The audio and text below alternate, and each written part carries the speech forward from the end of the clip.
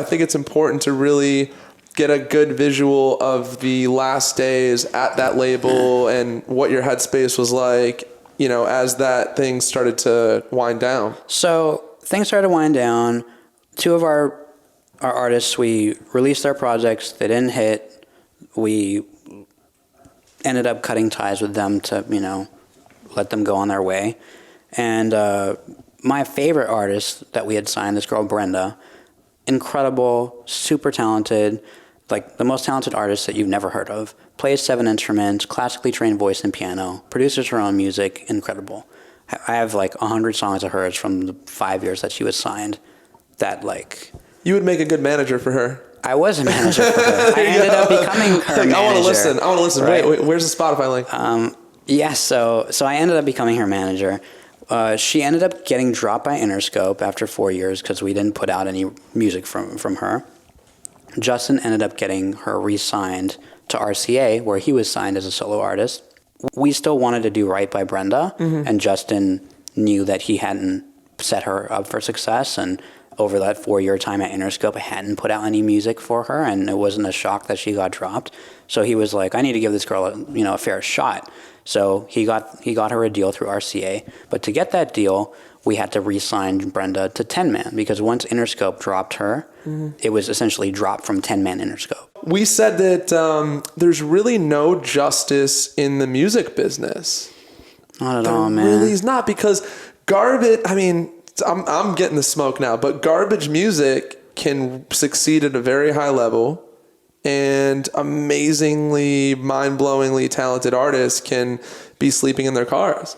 Dude, this is a girl that was signed from age, I think, 23 to 31 to 2 different major labels. How many songs do you think they released? I would hope in at 8 least years. one. I would hope at least one album. 0 songs got released. 0 songs. And it's not because of her lack of talent or her lack of effort. Is it political? Like what, like I think it's part political. I mean, if she's not a priority for Justin Timberlake, who signed her, then why would the major label make her a priority? You know? Yeah, but I thought Justin wanted to do right by her at RCA. He did, but so then what happened? He did right by her by getting her a deal, but then he's working on the 2020 album, and who's he going to prioritize, her or his own music? He could have done better by her for sure, but anyway, so okay, so we're getting to your headspace as this was ending. We've already closed our office and we're working out of Justin's apartment at the W Hotel in Hollywood. And you closed your office because, again, Interscope didn't re-up the deal, so you started... That was kind of the wind-down point, right? Yeah, that was absolutely... Like, the writing was on the wall. Yeah. When Interscope does not renew your joint venture deal, you're like, okay, this is probably... Only a matter of time. Yeah, it's only a matter of time, right?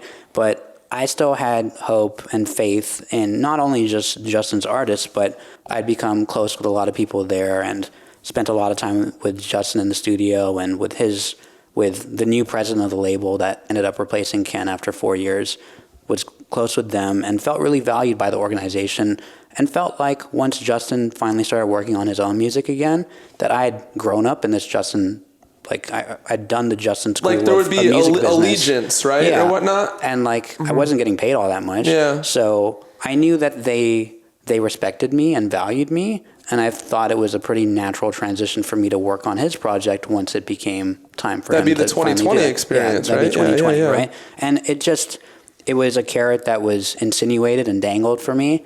And after we re-signed Brenda, and I convinced her to re-sign it with Justin, because try telling an artist after they've been signed for 5 years to re-sign with that same label after they've put out 0 music. So a week after I got Brenda re-signed, they let me know that in 2 weeks would be my last day, with no severance package, with no nothing. And I went back, I was really hurt by this, right? Because it came out of nowhere. Of course. As much as I knew the writing was on the wall, I thought, we just re-signed this artist to RCA. Who's going to see her project through? Like, she doesn't want it to be anyone besides me. Yeah, because you built that relationship up. I built that relationship. I'm the reason why I'm the person that convinced her to re-sign. How's she going to feel that the person that convinced her to re-sign, you just let go, right?